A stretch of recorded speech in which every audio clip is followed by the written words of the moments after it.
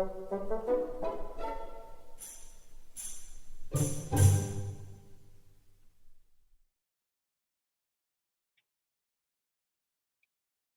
you see in this first slide is the outskirts of a city about 30 miles south of Vienna.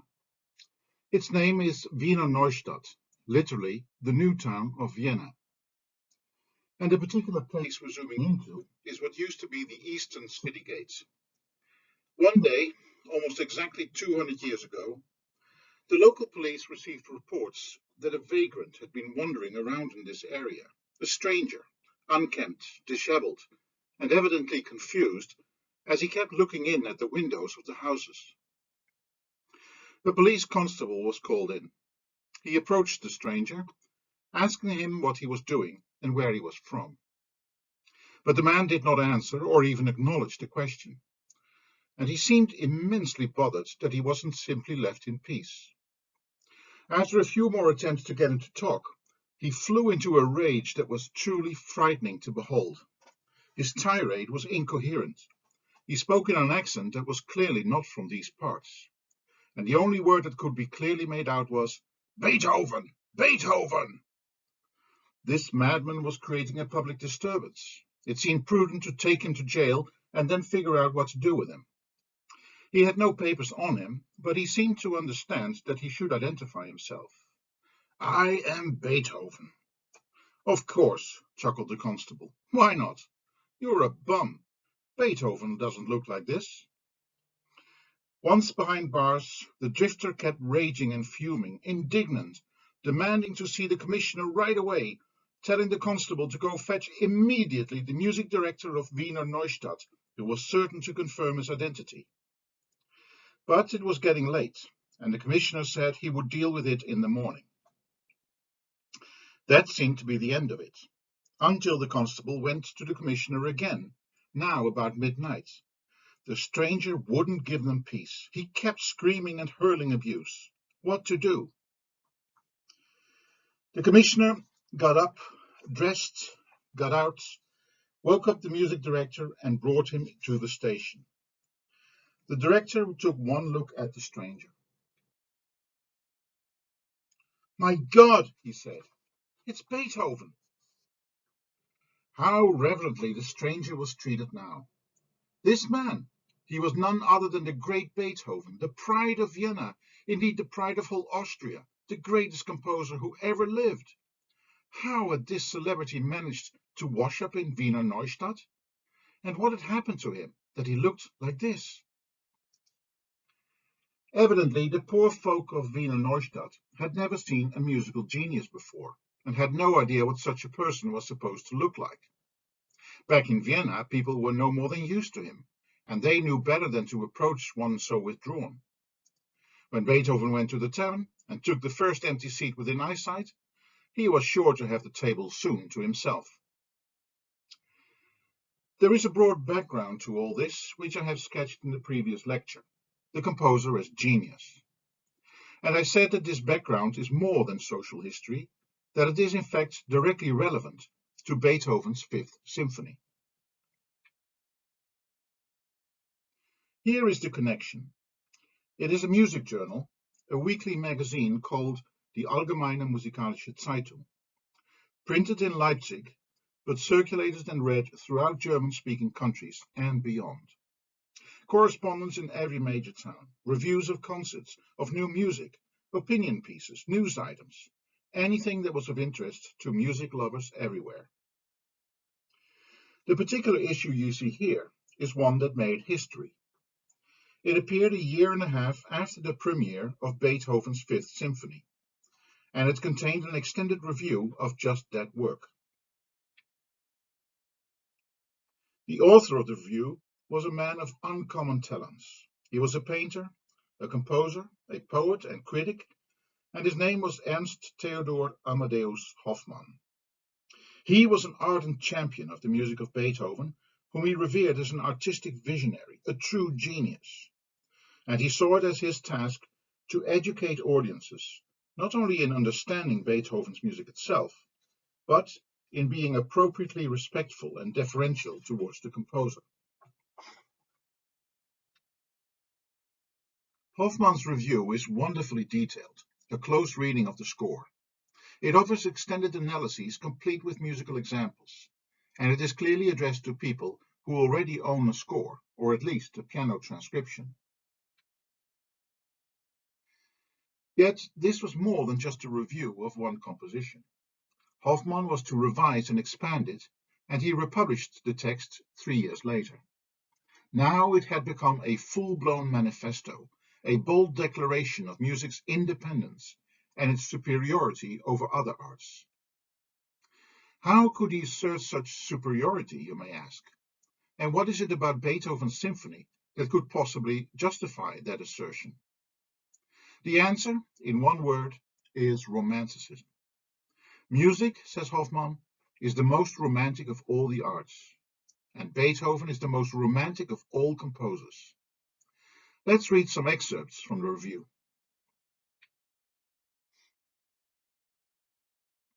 Hoffmann begins by recalling the widespread disdain of Beethoven's music, especially among the more pretentious listeners. Those wise arbiters, he writes, looking around them with superior countenances, they assure us, and we can accept their word as that of men with great intellect and deep insight, that a good Beethoven is certainly not lacking in a rich and lively imagination. It is just that he doesn't know how to restrain it. One cannot even speak of selection or shaping of his ideas, for he throws everything together according to the so-called genius method, that is to say, just as his fiery imagination prompts him in the moment. Hoffmann had no patience with people like this. It is time to give the castigation they clearly deserve. Here is how he goes on. But what, he says, if the inner deep coherence of every Beethoven composition has escaped your superficial glance alone? What if it is wholly your own fault that you do not understand the master's language, intelligible to initiates, if the gates to that innermost sanctum remain closed to you? Hoffmann doesn't leave his opinion to the imagination. These people are idiots, pure and simple. They are unable to spare Beethoven's music more than a merely superficial glance. They don't understand his works because they are not the initiates to whom alone the music is intelligible. As far as these ignoramuses can tell, Beethoven is just throwing everything together at random. What they don't pick up, says Hoffmann, is the inner deep coherence of the music. So what is this coherence, and how can we hear it? Let's read on. There is no simpler idea than the one that the master treated as the foundation of the entire allegro. One discovers with admiration that he was able to chain together all the secondary ideas, all the intermediate sections, by means of the rhythmic character of that simple theme.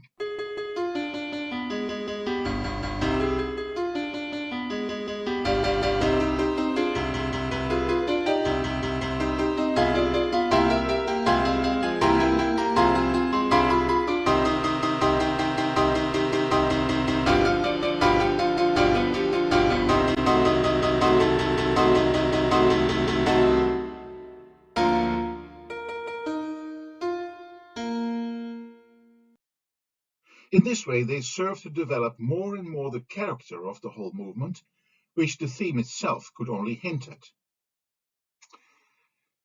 So, here's the answer. Beethoven relies on the four-note motive to bring coherence to the whole movement. It seems to generate everything else, like the secondary ideas, for example, or the intermediate sections. We will hear that in a few moments. But now Hoffmann makes a surprising statement. It may seem that understanding is a purely rational activity, but actually it evokes a kind of feeling or mood in the listener, a powerful emotion, one apparently of melancholy. One would think, he goes on, that from such elements there could only result something broken up into bits, something difficult to grasp.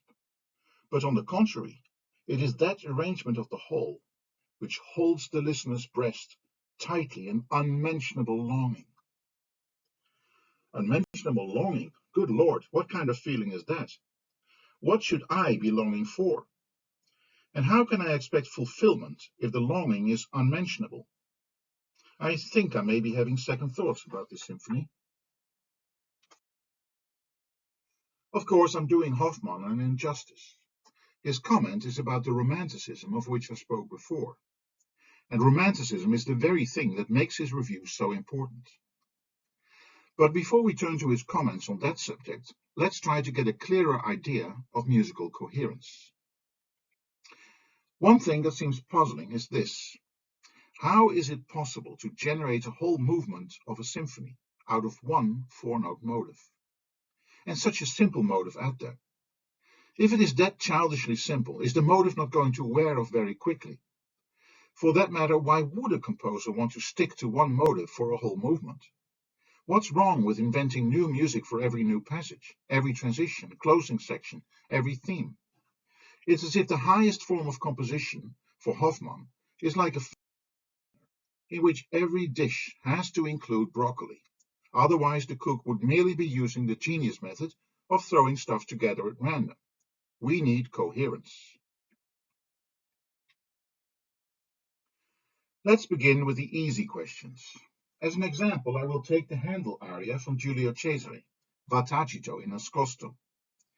We'll start by listening once again to the ritornello, now played on the piano. And while we're at it, note how this style is indeed like an engine marching along, without the dramatic gestures we've heard in Haydn and Mozart, and now Beethoven.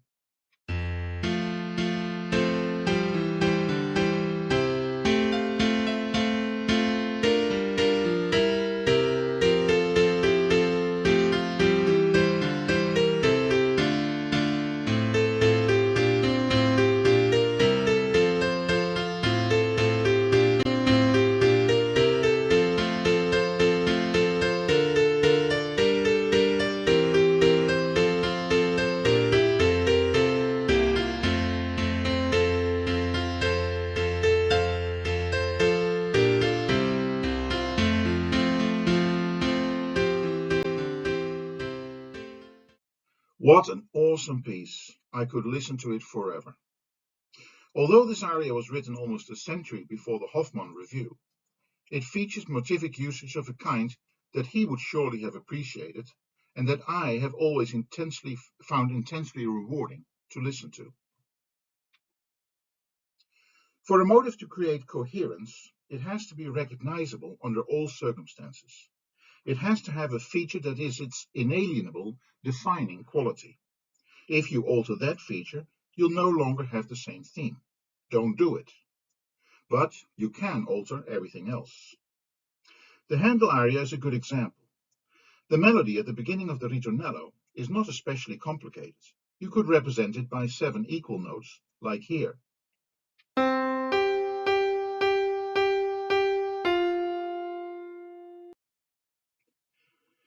But Handel decided to give it a little twist at the end.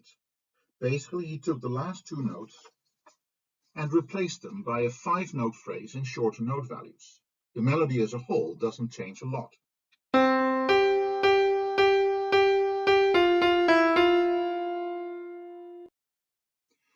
But for all its simplicity, this is a motive with a distinctive identity.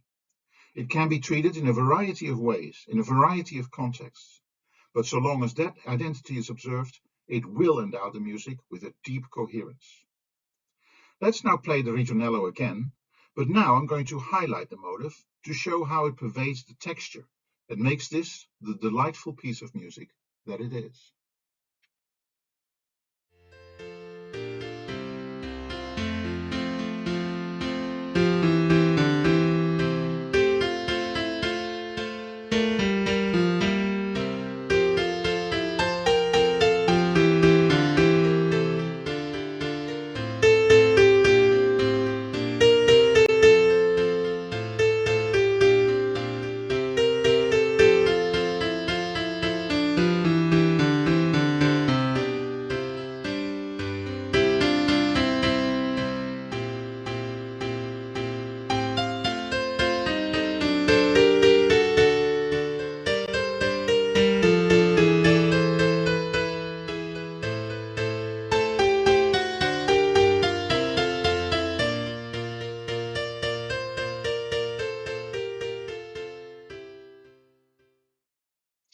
Of course, when you hammer the motive with such emphasis, this is not going to be the subtle motivic play that is so enjoyable in this music.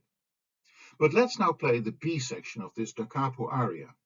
It is so richly saturated with the motive that you cannot keep conscious track of it while listening. But then the B section is about more than motivic coherence. The chord changes are absolutely breathtaking, so rich in invention, so original in their unexpected twists and turns. It is the best tribute to Handel's greatness.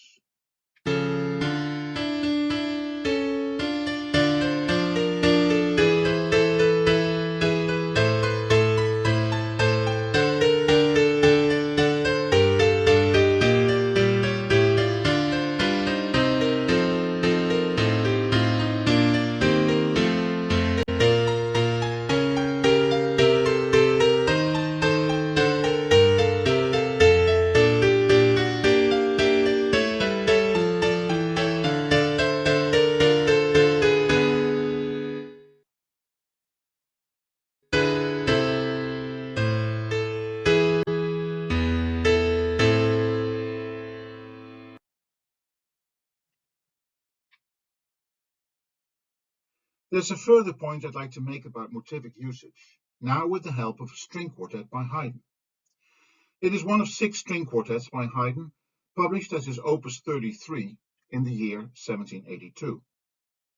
These quartets are widely regarded as historically significant because they push motivic economy almost to extremes. Here are the first 2 systems of the E-flat major quartet. While playing this opening passage, the recurring motive will be highlighted with a red oval wherever it sounds.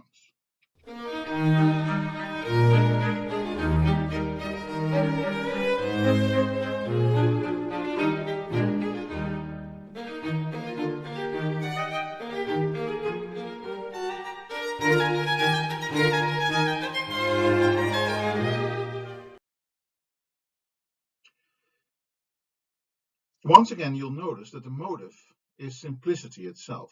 It's just a rising fourth. But it's not the interval of a fourth that makes the motive distinctive. On its first page alone, we find that Haydn changes the interval all the time.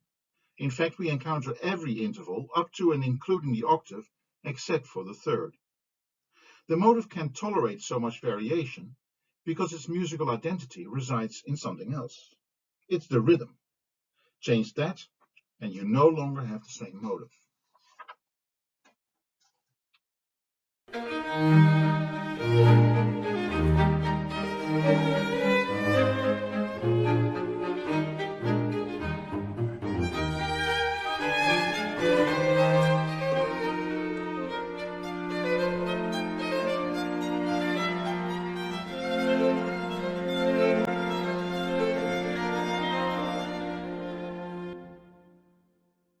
That was the second page, which begins with a repeat of the music we heard on the first page. But after 3 measures, it continues differently. And then we see a second motive highlighted by blue ovals.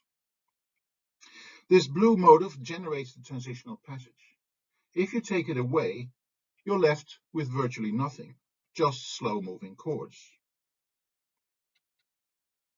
Now, the motive is new at this point, but in fact we have heard it before. In the very first measures of the movement, in fact.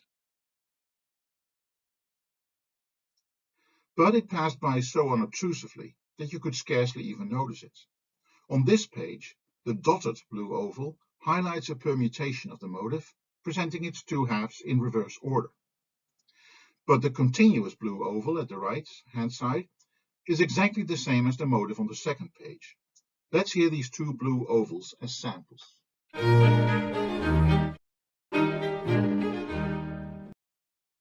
Now, all this looks impressive on paper, and I've discussed this piece in just about every survey course on 18th century music in my 25 years at Princeton.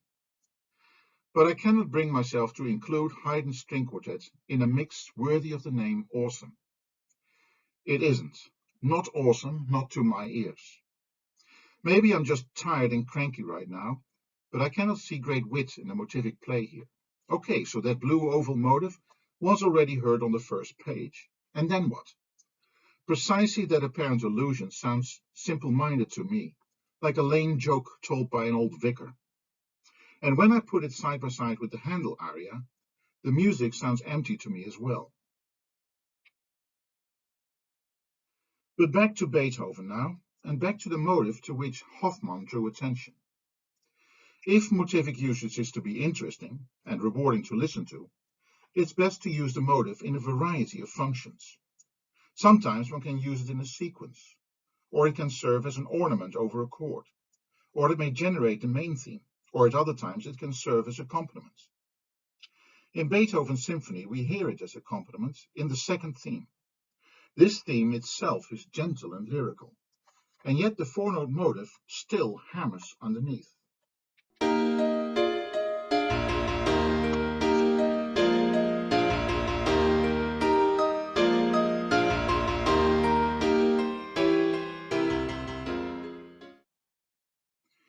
The unalterable motivic identity of the theme lies in the first three repeated notes. They have to be of the same pitch. On the other hand, the fourth note could be just about any pitch. To illustrate this, let me sample together the motive as it can be heard in a variety of guises in the opening pages.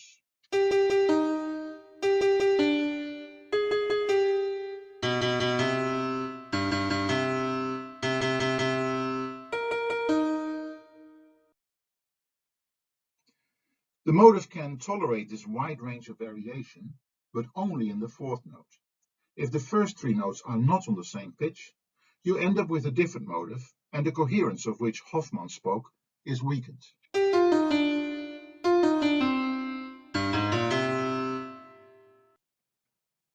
Those three repeated notes really determine the peculiar musical quality of the first movement of Beethoven's Fifth. The transition between first and second theme, for example, the passage meant to generate speed, owes its extraordinary percussive quality to all these repeated notes everywhere. This is what Hoffmann meant by the movement's character and its cohesion.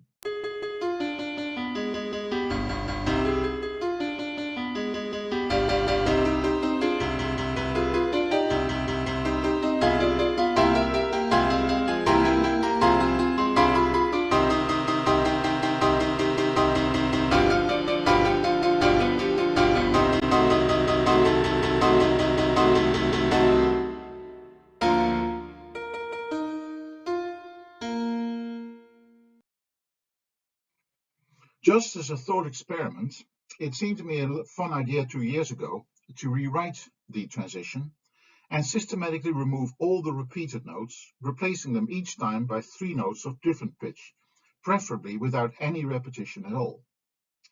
That, it turned out, really changes the music completely. It's just not the same piece anymore. The percussion is gone. And in fact, it lost so much energy that I had to make up for it in other ways.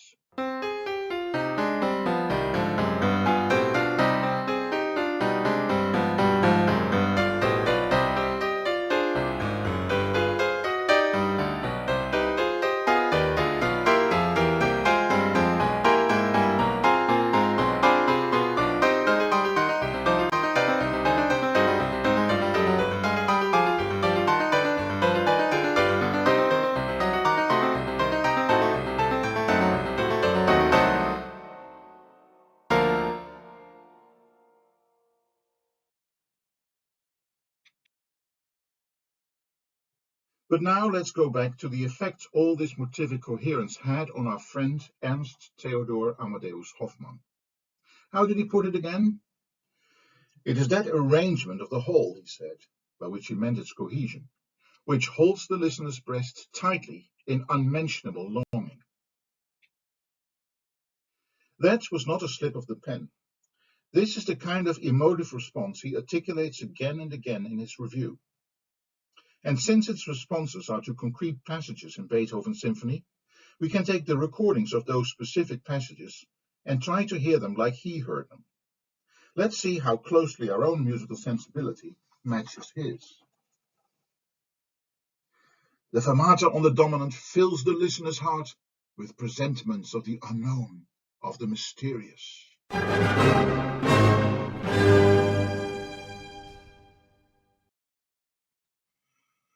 Although the second theme is melodious, it does have the character of uneasy, restless longing.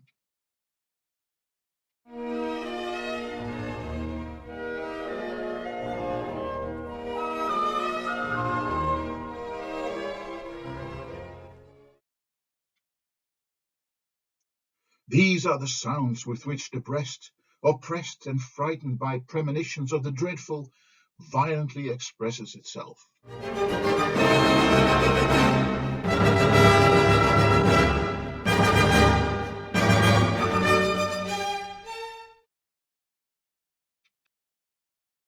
And now enters, like a friendly apparition, a theme that traverses brightly through the clouds, illuminating the deep night.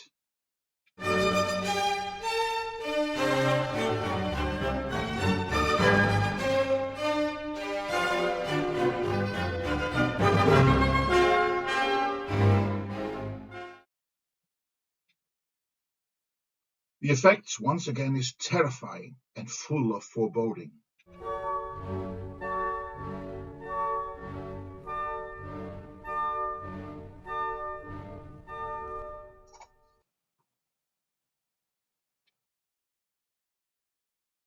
For Hoffmann, this was the key to the art of music, or rather the art of composition. The fact that it could bring all these visions to the imagination, that it could touch and awaken a deeply hidden strain in the soul, bring it to consciousness, and lift the mind to a contemplation of otherworldly things. For him, there was no other art which could do what Beethoven accomplished in music. No poem or painting or statue or building could evoke what music evokes. Music may not speak words, it may be mute, and not depict anything concrete. But precisely that allows it to capture the transcendent, a higher reality that is beyond all words. What had once been its most fatal liability has now become music's most signal strength. Here is how he puts it.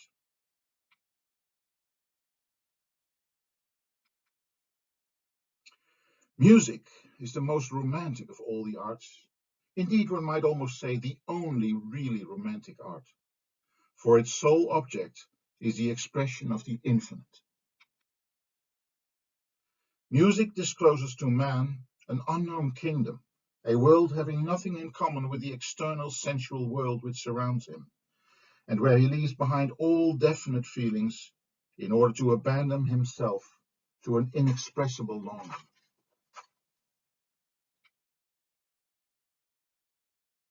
Beethoven's instrumental music discloses to us the realm of the tragic and the illimitable. It stirs the mists of fear, of horror, of terror, of grief, and awakens that endless longing which is the very essence of Romanticism. Endless longing, the very essence of Romanticism. Music may convey it, or arouse it, or represent it. But you have to have Hoffmann's musical sensibility to hear it. The Romantic period left many other works of art to give us an idea of that sensibility. These paintings, each in their own way, capture the new Romantic sensibility of the 19th century. But in music, that sensibility will soon see a major divide and the emergence of opposing camps. And that will be the topic of the next lecture.